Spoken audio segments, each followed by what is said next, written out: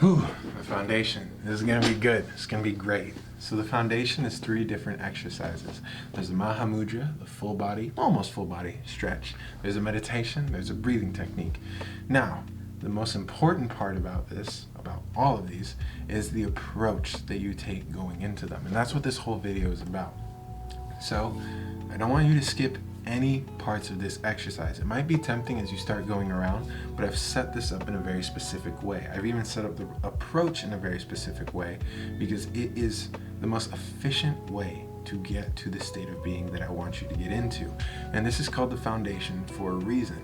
The state of being that we're going to get into, I will need you to get familiar with it so then we can start getting into more complex exercises, more deep diving exercises and heaven's gates, which we'll talk about later. But anyway, Mahamudra, the stretch. How do I want you to go into it? Well, I want you to set the intention to be aware. When you set the intention to be aware, it's very easy to discern when your focus is in the now moment versus when your focus is on mental impressions. Why would we not want to go into mental impressions? If you start going into a memory, even one that makes you feel good, you're going to emotionally feel that way, and you're mentally going to think that way. So the stretch is going to become a meaningless movement. Now, I understand not wanting to be stressed, but why would I not want to feel good? It's going to create too much noise. As we move throughout the foundation from the stretch to the meditation, we're actually going to silence the physical body. And when we do this, it allows our awareness to more easily move internally. And when we move internal, that's when we can really witness what we're trying to witness. Because if too much of your awareness is put on the external, you can't really see through the mind's eye. So, you set the intention to be aware. You're gently moving your focus back to the now moment. Every time you realize a thought or a memory come up, you just, you let it go. And then, when you move into the meditation, I want you to approach it with that same intention of being aware. Now what you're going to do is you're going to elongate the exhale. I'm going to perform this for you, and I invite you to join me on the second one. I want you to pay attention. Notice 2 things. Ready?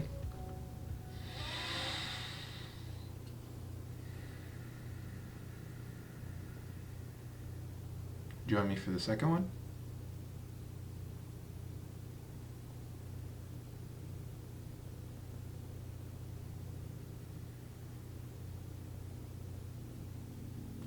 So, what was the first thing? I was pretty quiet on the second one. The second thing, I don't know if you could tell just through video, but there was no pause at the top or at the bottom of my breath. And the reason this is so is because if you have no pause, it allows for a rhythm to build. And the reason it was loud to begin with is because I applied some effort. And as I moved on to the second breath, I applied a little less effort. So I'm staying aware, I'm in the now moment, I'm not letting any thoughts come in my way, and now I'm starting to reduce the amount of effort into my breath. As the breath starts to build a rhythm, and you detach from it, because effort has to be attached to something for effort to be there. Once you detach from it, you're going to start entering what I call an effortless state of focus. You're really going to start going from concentration to meditation, which is effortless focus. And so, as you detach from the breath, which when you do, it's eventually going, at that point, it's probably your last anchor to the external. It should be your last anchor to the external. The awareness is naturally going to move inwards. It's going to be slow. It's not going to be an instant thing.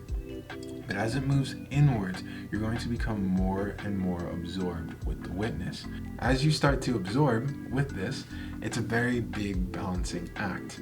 That's why the intention is there, to be aware of being in the now moment versus mental impressions.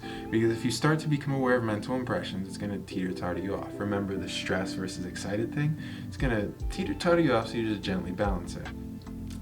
And if you can balance this state, when you decide to exit the meditation, especially after the first time, you're going to witness what it's like to become unconscious again for what feels like the first time, honestly.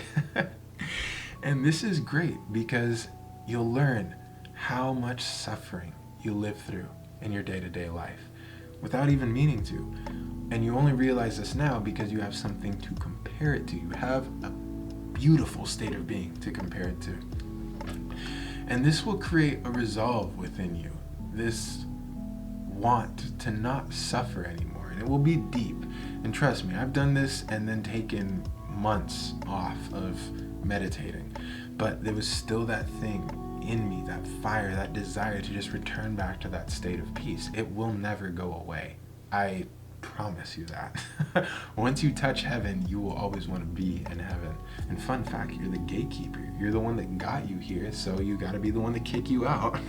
It's important to pay attention, though, when you fall out of this state of being, because it's still healing. This whole foundation thing is just quick healing, getting you to that state of being.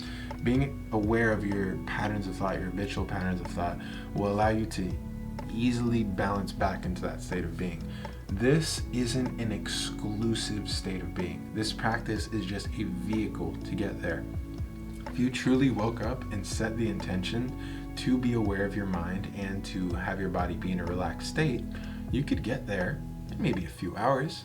Not as quick as this, but you could get there and you could maintain it throughout the whole day. That's why when you finish this practice, don't believe that that's it. You're done. You're done with this conscious state of being and that you're never going to reach it throughout the rest of your day. When you stand up, do it slowly. When you move back into your life, do it slowly. That's how I want you to approach post-meditation. And the reason for that is because this is a state of being. You need to balance it. You need to learn how to function throughout your day. You need to learn how to walk while maintaining this state of being.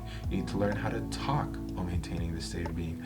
How to eat, how to be on your phone, how to record videos. It's something that can be with you at all given times because peace never goes away. It just is. Once you remove all the noise in the world, there's silence. Silence was always there. It was just some stuff added on top of it. So, with that, my name is JC. I hope you guys understand how to approach the foundation. If you guys have any questions, shoot me an email. I have consultations for free. You just schedule one up real quick. And I'm excited for you guys.